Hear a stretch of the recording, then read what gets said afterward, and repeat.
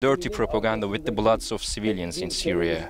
Tespit edip tereyağından kıl çeker gibi onu etkisiz hale getirebilecek tecrübeye, teknolojiye ve hepsinden önemli. We have enough experience and enough moral values to fight against terrorists without harming civilians. 18 vatandaşımız şehit oldu. 18 civilians, 18 of our citizens martyred by the attacks of YPG. Vatandaşımızın içinde 9 aylık bir Suriyeli Muhammed'imiz de var. And there was a baby, nine months old. A Syrian refugee was living in Turkey, and he was killed by the terrorists during their mortar shells to Turkey. Yani o 9 aylık evladını kaybetmiş olan babada o cesamet, o sabır, o tahammül hakikaten I called his family and I wished condolences to his family. Harekat alanında da 2 askerimiz ile 16 Suriye Milli Ordusu mensubu. During this operation, 2 of our soldiers were martyred. 57 Suriye Milli Ordusu mensubu yaralandı. And 22 soldiers were injured. Teslim alma olarak But instead, hale getirilen teröristlerin sayısı, the number of neutralized terrorists have been 490 so far.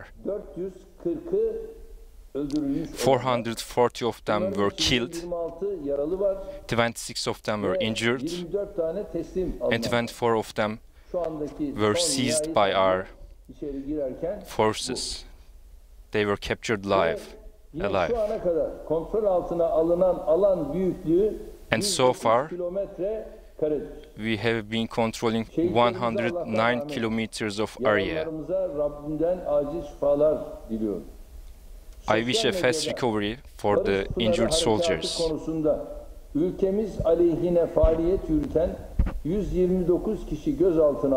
People who are doing a propaganda against our army and against our country in social media are also being arrested. 109 people are arrested. 3 başlıkta toplandığını görüyoruz. Birinci konu, bu operasyonun ardından Suriye'de bulunan DAEŞ'lıların... Now people are asking what's going to happen to foreign Daesh fighters in Syria after this operation. And the second question is, what is this operation aiming? What's this operation targeting? The Kurds or the terrorists? And the third question is the calculations and the questions about the areas that Turkey will control after this operation. So I want to answer these questions. DAEŞ üzerinden ülkemizi itham etmeye kalkan ülkeler ve so the countries who are trying to accuse our country with motivation of Daesh, I want to tell them that Turkey is the only country who fought against Daesh on the ground. DAEŞ'la mücadelemizle ilgili rakamları tüm detaylarıyla kamuoyuyla paylaşmıştık. Last week we shared the numbers of the results of our fight against Daesh. Last week we shared this information and the numbers in Ankara. But still we are saying that we are ready to fight against Daesh and we are ready to take responsibility against Daesh fighters which are arrested in Ankara, in Syria right now. Harekatımızın Suriye halkını they're saying that they're accusing us that our operation is against Kurds, but no, that's not true. Our operation against only the terrorists. We are doing this operation and we are even risking our soldiers and our citizens' life, but we are not trying to target any civilians in Syria. So that's a good proof that although we are risking ourselves, we don't want to harm any civilians in Syria.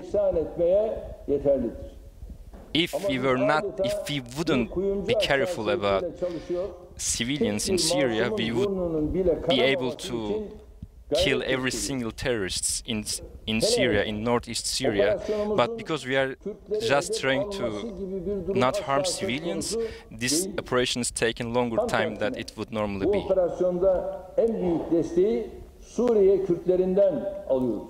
We are not targeting Syrian Kurds, and actually we are receiving the biggest support from the Syrian Kurds in Syria because they are tired of YPG and PKK terror group. Altını çizerek tekrarlamam gerekirse, I want to underline that. Kürtlere değil, PKK, We are not fighting against Kurds. We are not targeting Kurdish civilians. But we are doing this operation against YPG, PKK, and PYD, whatever their name is. düzeyinde bir terör devletinin kurulmasına müsaade etmiyoruz. We will not let a terror state established in northeast Syria. Sizler de inanıyorum ki çok iyi biliyorsunuz bu terör devletinden ne kastediyor. Son olarak. And finally, regarding our presence in Syria, I think we need to focus on the fact that this operation is carried out only for the security of our country and to make sure that Syrians that we host can go back to their homes. Territorial integrity of Syria, once it is achieved, Turkey will be the most content country, because Syria is a country that is in geographic vicinity of Turkey, and as Turkey we have paid the highest price for the human suffering that took place in Syria. We do not have any motives to go after anyone's territory, but we also have the right to protect our own territory. Dear friends, members of the press, after the Spring of Peace was initiated both in Turkey and on the international arena, everyone exhibited their stance, and we have had the opportunity to see everyone who they are. This legitimate operation by Turkey was described by an invasion by some people with no common sense, and sadly some countries have also jumped on this bandwagon. We have been saying this since months. Right after our operation, our country has been threatened with weapons embargoes and economic sanctions. And these people should know that Turkey will never go back on this journey with such threats. Above all else, this issue has a very important significance both for our country and for our nation. Yesterday at the German parliament, the Minister of Foreign Affairs made a speech, and he said that they would stop selling of weapons to Turkey. Yet another country also said that they would stop selling of weapons to Turkey. And I just talked to Chancellor Merkel, and I said to her, in your government, you have these people, the Minister of Foreign Affairs used these words, I said to her. How can you explain these words? And I asked her to explain something to me. Are we NATO allies or not? That's what I asked Chancellor Merkel. Or is the terrorist organization now a NATO member? And are we not aware of that? I asked. This is such an odd stance that cannot be explained. Are you with us or are you with the terrorist organization? That's the question that begs to be answered. On the one hand, we talk about the fact that counterterrorism is important all across the globe, and on the other hand, you come to us and you say that you are siding with this terrorist organization. The US has sent 30,000 truckloads of weaponry, ammunition via Iraq. They sent these to the terrorist organization. And right now, with these weapons, the terrorist organization is fighting us. How are we going to make sense of Article 5? How are we going to make sense of the Adana Agreement right now in Syria? Why are we in Syria right now? Because the regime is ayakta duramıyor. Cannot stand against terrorism, and because of that we are there as per the Adana agreement. We have entered Syria, and that's the only reason why we have entered Syria. We don't have any other luxury to sit back and wait until these provocations take place. We are sick and tired of the provocations and the attacks of this terrorist organization, and we had to do this. Of course, people who think that Turkey will be upset by these threats will go back because of these threats are very much wrong. This topic is very important for our nation, for our country, and I'm very sad to see that some people cannot understand this. This topic is a matter of survival for Turkey, for Turkey's perpetuity. For 35 years now, we have been beset by the threat of terrorism. We lost thousands of law enforcement officers, thousands of citizens and soldiers because of these terrorist attacks. The cost of terrorism for Turkey stands at hundreds of billions of US dollars. In other words, for 30 years, Turkey has suffered because of terrorism and related problems. If we had added that to our national income, I think we would be twice as better or 3 times as better compared to where we are today. Members of the terrorist organization very openly expressed their views all across the world.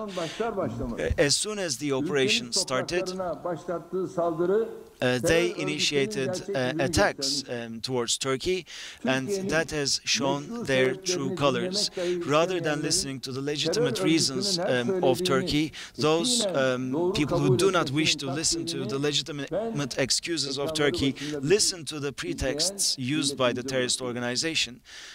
On the one hand, we will continue to do what is right, and on the other, we will continue to explain why we do what we do, and none of these will stand in the face of our determination. In such an environment, thanks to you, we cherish this opportunity to inform our nation and the global public as well. And also, it is important to get together with the representatives of embassies and other international organizations. Next week, we are going to have a meeting in Istanbul. Also, as you know, we initiated projects in order to meet our military needs in Turkey by Turkish companies. This Hisar project, which is being run under the auspices of the Ministry of Defense, is focusing on national projects that will focus on manufacturing in Turkey. And yesterday, Hisar, a low-altitude missile system, was able to achieve 100% target realization. This is a great technical feat, and hopefully, well, Hisar was created by our engineers, by our own employees, by our own institutions, namely our own nation. This Hisar project is going to help us in terms of military bases, ports, and protect them against air attacks. We have fixed and rotating against rotating planes and also missiles and drones. This project has the opportunity and the capability to protect our nation. Thanks to the successful tests that were carried out yesterday, we are going to initiate the serial production within Hisar. This low-altitude missile defense system by the Turkish Armed Forces will hopefully be operationalized come next year. This accomplishment will hopefully be translated into the long missile, long-range missile system. Now, we are going to focus on Patriot and S-400-like systems in the future, having accomplished these things. If they have Patriots, then we will have the Siper project, which will hopefully be initialized in the future. We will make ends, make do with what we have. We will make ends meet within Turkey.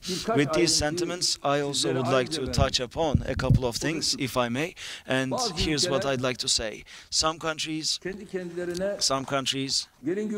are sort of rather hasty in in jumping to conclusions between us and between the terrorist organization. They are willing and ready to act as intermediaries. I don't know what sort of prime ministers or statespeople these people are.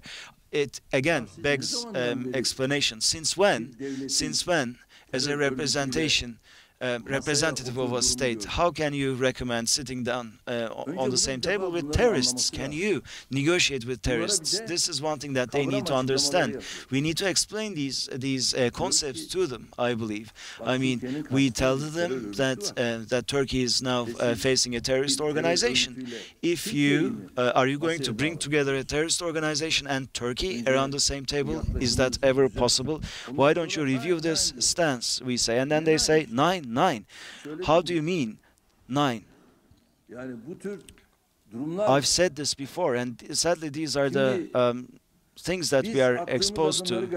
We are confident of the steps that we are taking, and we did not prepare for this in just a matter of weeks or months. It took us months and months on end to prepare ourselves for this operation. Turkish armed forces on the one side, politicians on the other have been preparing for this. Likewise, the intelligence has been working on this in depth for quite some time, and that's why we are taking such decisive steps right now. As you know, in Turkey, we have gone into the caves of these terrorists, but they expand all the way down to the south, to the north of Syria, and the regime in Syria, if they had toppled these down, then it would have been easier for us. But sadly, the regime cannot do that. The regime falls short of doing that. The same thing applies to Iraq as well. Let me say that also. The situation in Iraq is also quite awful.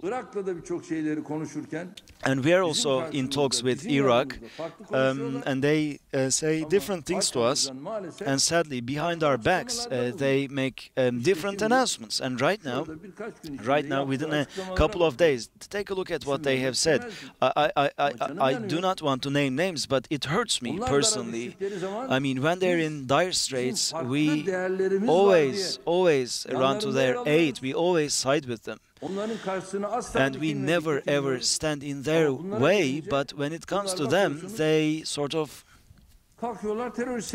side with terrorists, or they sympathize with terrorists, saying that they're also Kurds. I don't care whether someone is a Kurd or not. I don't care about that in the least.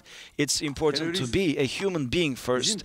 These people are terrorists, and our views vis-a-vis terrorists and people, human beings, are different. We're not racists, because these people, I believe, are racist in the truest sense of the word. I don't care about what else they are, terrorist, this and that. I don't care about that. Just remember who these people have killed. Remember who fled their own countries and came to Turkey. 4 million refugees are in Turkey right now, 400,000 of which are Kurdish, 3,600,000 of which are Arabs ethnically. And we take care of all these people. We take care of the Arabs, we take care of the Kurds, and we also have Turkmens, albeit in small numbers. We also take care of them. We don't discriminate against these ethnicities. And also there's the Yazidis, Chaldeans, Christians. They also fled Syria to seek refuge in Turkey. We also take care of them. All of these sadly are not seen by the US, by Europe. We explain these things to them, but unfortunately, we have this saying, talk is futile. Sadly, this is the picture that we are confronted with, and within this framework, we're never going to overlook religious minorities. We will always treat them with utmost respect, just like we've done so far. And also, there's all sorts of announcements. The Armenian Patriarchate, the Syriac Church, and the Syriac Aramean Church also made announcements to support our endeavors within the framework of Spring of Peace. They are supporting the operation, recognizing the atrocities committed by PYD and YPG. They suffered tremendously because of these organizations in Syria. And They fled. Some of these people fled Syria. Some people went to Europe also. And I said this to Mr. Trump as well. And he said, President Trump said that he didn't know any of these things. Again, within this picture, here we are right now. Of course, we will never sit down and negotiate with terrorists. That would be self-denial. We would never succumb to that. We would never resort to that. And this would be in contravention with the political, with our political ethics. It wouldn't befit our character, our traditions, and our historical stance. And our stance vis-à-vis terrorists is clear. 30 kilometers of depth from the west to the east, that entire basin. Until they leave this basin, we will continue this operation. And I've said this to the UK Prime Minister yesterday, and today I talked to Chancellor Merkel, and I reiterated the same messages. Should we now take a look at the map? Evet, harita üzerindeki takvimi de biz Hulusi Paşa'ma bırakalım. Şöyle hem asker hem de savunma bakanımız. So let us make sure that our Minister of Defense walks you through the map. Maybe we should do that on the screen. İsterseniz şunu da verebiliriz.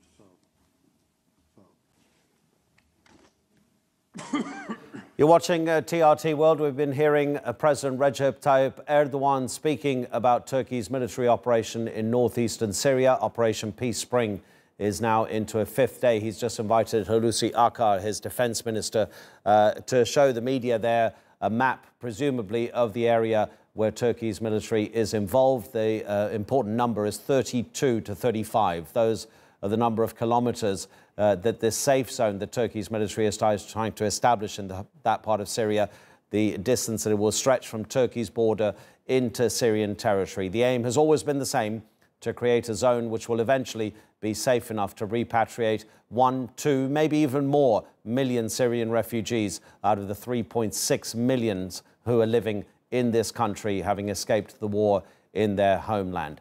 The YPG terror group is the main target, but also you can see the word Daesh on the screen there for you, because that's one of the big concerns of Western countries, the thousands of Daesh prisoners that the YPG terror group has currently got in prison. Many Western countries wondering whether Turkey's military operation might make that a rather delicate situation. But Turkey's president has repeated what his foreign ministry has said in a statement a few hours ago, that Turkey's military will take full responsibility for all Daesh terrorists who are taken prisoner in Syrian territory. The aim eventually, Turkey would like, is for at least the foreign fighters who have been working with the Daesh terror group to be repatriated to their countries of origin. OK, let's just go to Haider Abbasi, who is in the town of Akçakale, close to the border with Syria. And just picking up on this issue of security in Turkish territory, Recep Tayyip Erdogan said more than 650 mortar and rocket attacks have come from YPG positions in the past 5 days. He talked about some of the victims. There have been more than a dozen Turkish fatalities because of those attacks. How is Akçakale affected? The president said that at least half of those mortar and rocket attacks have hit Nusaybin, but we know that Akçakale has also been targeted for, I believe, 3 days in a row now.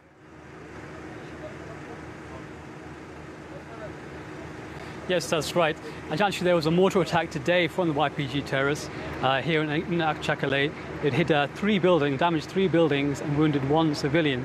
So although the Turkish military is making gains and is actually pushing back the YPG terrorists, they're still capable of firing mortars and rockets across the border into Turkish territory. Now, more than 300 of these mortars have been fired into the Turkish city of Mardin in the east, where at least 8 civilians were killed and more than 35 were wounded. And although many people actually fled Akçakale and the border towns because they keep getting attacked by the YPG, some people have decided to stay and they have been left vulnerable. Haider, just tell us about what happened earlier today with the news that Turkish-backed forces had entered the centre of Talabya, the day after, of course, having done the same in another very important town, Ras Al Ain. Well, earlier today, the Turkish military actually captured the village of Suluk on the